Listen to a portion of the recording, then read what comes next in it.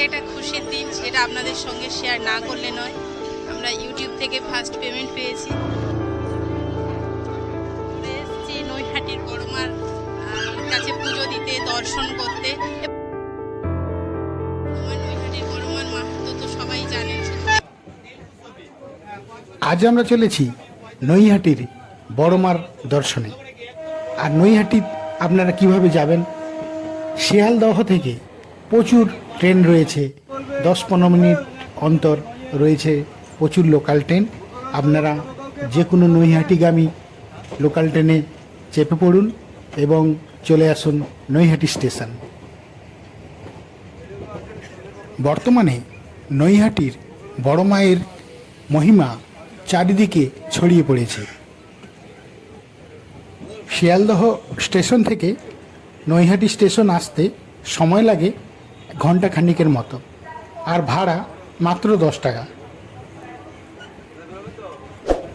সাধারণত বড় ঠাকুর বলা হয় শনি ঠাকুরকে, আর এখানে বড় মা বলা হয় এই নৈহাটির কালীমাকে।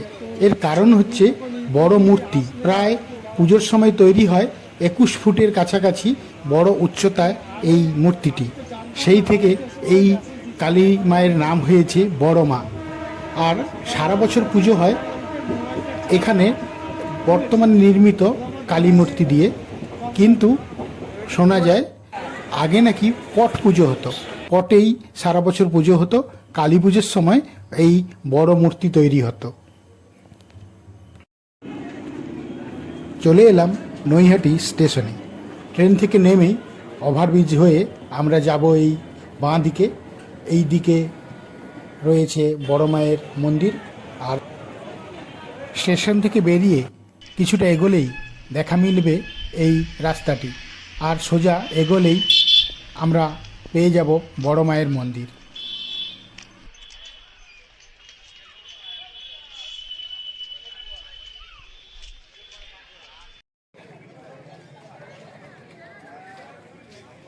চলে এলাম বড় মায়ের মন্দিরে।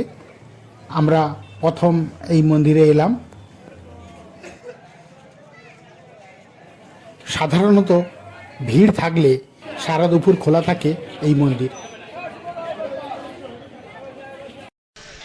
হাই বন্ধুরা, কেমন আছেন? আশা করি সবাই ভালো আছেন। তো অনেক দিন পর আবার আপনাদের সামনে একটি ভিডিও নিয়ে চলে এলাম। সন্দীপনের এক্সাম, বাড়ির নানান কাজের জন্য আপনাদের সামনে কোনো ভিডিও দিতে পারিনি, দুঃখিত। তো আমরা আশা করছি 2025-এ আবার নতুন নতুন ভালো ভালো ভিডিও আপনাদের সামনে নিয়ে আসব। তো আজকে একটা খুশির দিন, যেটা আপনাদের সঙ্গে শেয়ার না করলে নয়। আমরা ইউটিউব থেকে ফার্স্ট পেমেন্ট পেয়েছি, যেটা আপনাদের সামনে আপনারা আমাদেরকে সমর্থন সবসময় পাশে থেকেছেন, আছেনও এবং থাকবেনও। তো আপনাদের সাপোর্ট ছাড়া তো সেটা সম্ভব নয়। তো প্রথম পেমেন্ট পেয়ে আমরা চলে এসেছি নৈহাটির বড়মার কাছে পুজো দিতে, দর্শন করতে এবং আপনাদের সামনে সেটা আপনাদেরকেও দর্শন করাতে। তো এসে দেখলাম একটু মিটিং চলছে, খুলবে, একটু দেরি হবে। তো এখানে তো বড়মার দর্শন করেই যাব, দেখা যাক, আপনাদেরকেও দর্শন করাবো। আর বড়মা, নৈহাটির বড়মার মাহাত্ম্য তো সবাই জানেন, শুধু দেশে নয় বিদেশে মায়ের মাহাত্ম্য ছড়িয়ে পড়েছে। তো আপনারা সঙ্গে থাকুন আর আমাদের পাশে থাকুন। মন্দিরের সামনে রয়েছে বিশাল এই জায়ান্ট স্ক্রিন। এখানে দেখানো হচ্ছে মায়ের বিভিন্ন রূপ এবং মন্দির কর্তৃপক্ষের বিভিন্ন কর্মকাণ্ড।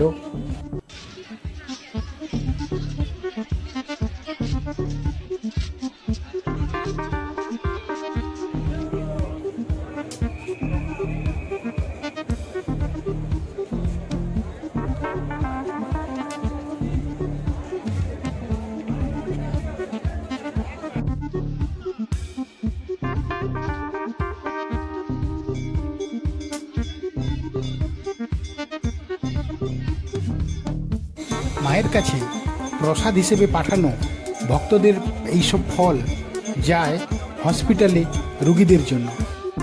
মায়ের কাছে ভক্তের ব্যাকুল প্রার্থনা। মন্দিরের ঠিক উল্টো দিকে একটি দোকান থেকে আমরা পুজোর ডালি সংগ্রহ করছি। আশেপাশে রয়েছে অনেক ডালির দোকান। মন্দির খুলতে একটু দেরি আছে, আমরা চলে এসেছি, এখন ডালি নিচ্ছি এই দাদার দোকান থেকে। দাদার নামটা কি?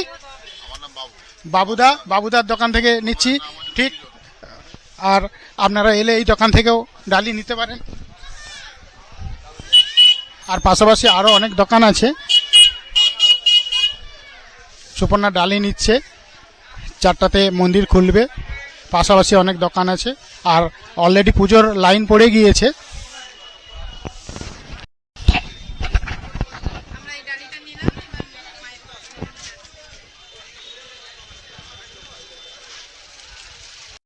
বড়মার মাহাত্ম্য দেখুন, এখানে পুজোর জন্য বিশাল বড় লাইন পড়ে গিয়েছে। আর কাতারে কাতারে ভক্তরা সব লাইন ধরে আছে। দেখাচ্ছি আপনাদের যে কি বিশাল বড় এই লাইন।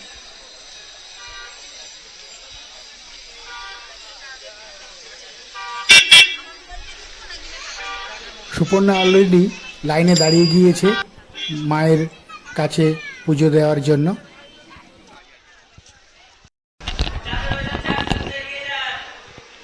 অনেকক্ষণ অপেক্ষার পর লাইন দিয়ে আমরা অবশেষে মায়ের দর্শনের জন্য প্রবেশ করলাম মন্দিরের মধ্যে।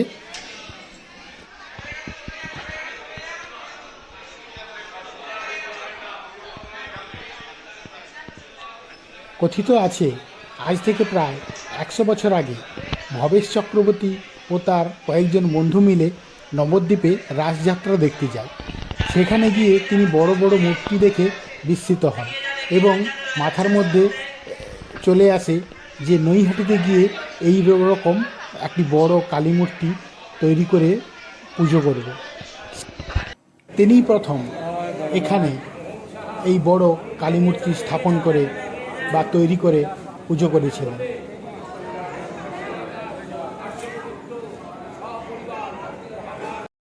এখানে পুজো দেওয়ার কোনো বাধ্যবাধকতা নেই। আপনার মন যা চায় প্রণামী বাক্সে ততটাই দিয়ে আপনি পুজো দিতে পারেন। মায়ের পাশেই রয়েছে এই রাধাকৃষ্ণ মন্দিরটি। এখানে প্রচলন আছে, কেউ এখানে এসে মন দিয়ে মাকে ডাকলে মা তার মনস্কামনা পূর্ণ করে। মা কাউকে খালি হাতে ফেরান না। সকলে ভালো থাকবেন। জয় বড় মা।